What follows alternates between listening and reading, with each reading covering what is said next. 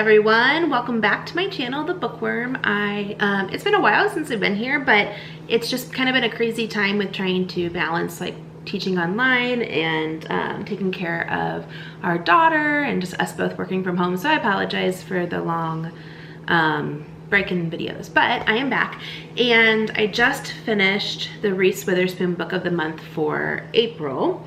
It is called Untamed by Glennon Doyle, and I wanted to do a quick review of what I thought about the book. So like I said, I just finished it yesterday, which I started it in the beginning of April, so it took me quite a while. I will admit that I almost wrote the book off and didn't finish it. I don't know, I honestly don't know why. Like, I started reading it and I was maybe like 30% in and I just wasn't vibing with it. It just didn't have like the voice that I needed to hear at that time. And so I even told people I just really didn't think it was a book for me and that I wasn't gonna finish it. And that's pretty surprising for me. I typically do finish my books. So I don't know, something just told me to go ahead and finish it to see what I thought. And so I did. And I have to say that I was totally wrong about the book. It is a good book.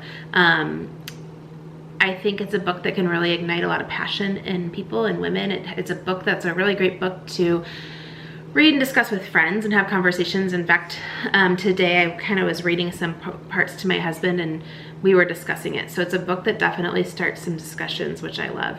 I love her style of writing. It's very, just like a positive, easy vibe to read. Basically, it's not very similar to the books that you typically would find on Reese Witherspoon's book of the month.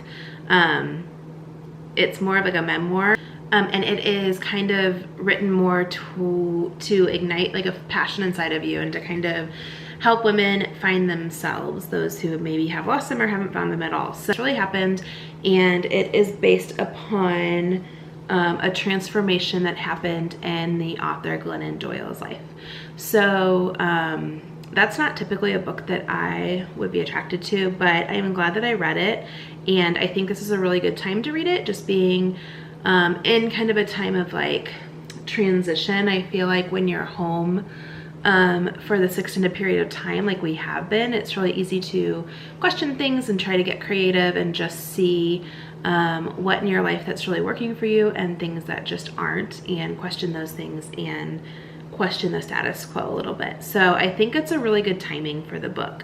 The book has a wild energy to it that's really captivating and just really encouraging and energizing, which I enjoyed. There are a lot of things in the book that I didn't agree with, and that's okay, because I think I encourage you to read the book and make your own decisions, and that's really what the whole book is about, is just spending enough time with yourself and your, she calls it your knowing, or the knowing, and listening to that thing inside of you that tells you what's real to you and maybe what you've just thought what was real because of what like society or the world has taught you. And we all come with things from life, right? I mean, just from like who we've interacted with, who raised us, things we've seen on even television really shapes our beliefs and who we are as a person. So this book kind of just questions some of those things. It's not like a self-help type of book that's like, first do this, then do this, but it talks about just being quiet and still and learning to listen to that knowing, or whatever, whatever word that you would use for it. And so in listening to my own inner beliefs, there are things that I believe truly to my core to be one way or another.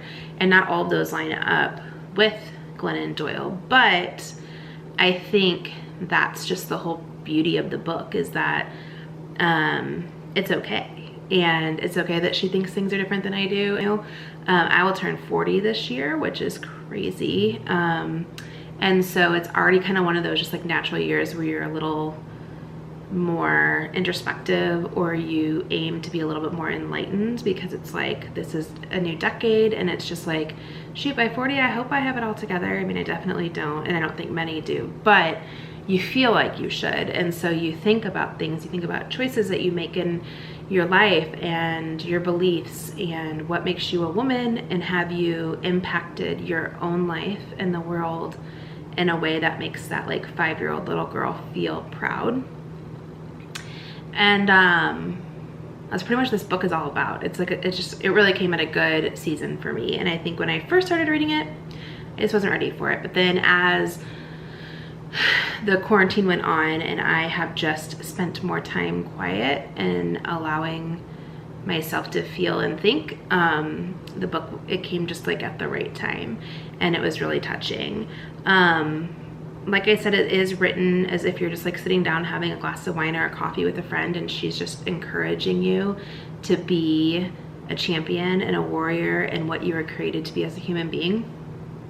It's not one of those like hate men type of books at all. Like, I feel like sometimes with women and like women empowering women society or other people think that it's just all about being like negative about men, but this is not that book at all. In fact, it questions even the cages that we put men into in society and in the world, and those were eye-opening to me. And so I just think that's pretty cool. I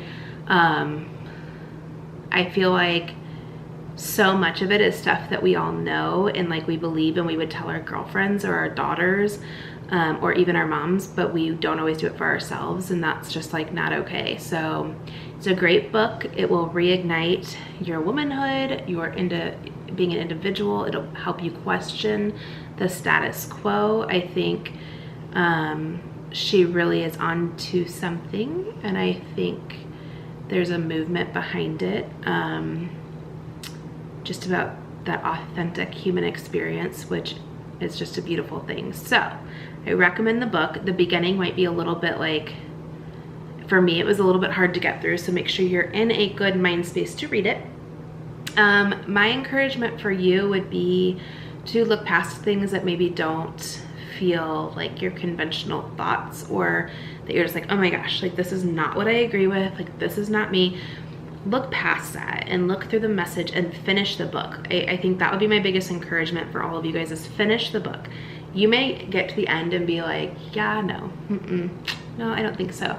Though I think that would be hard to do, because if you truly read the book and you truly receive the message, it's less about agreeing with her and seeing the world through her eyes, but more about learning how to see it through your eyes and capturing what makes the world a beautiful place for you and not sacrificing that. So I think if you end the book and you feel an argument with the author, or you feel like it is a right or wrong and that you couldn't enjoy the book because of that, then I think you missed the entire purpose. So maybe read the book now that you've heard that, and keep an open mind. We all should keep an open mind. Everything that comes into play in your life has the capacity to change your life and the momentum and the direction it's going, and so let it, because it's kind of pretty, it's beautiful. So if you came across this review, I am telling you, read the book, give it a chance, open your heart, open your eyes, open your mind, and just see if there's some things inside of you that maybe you have pushed down for a while.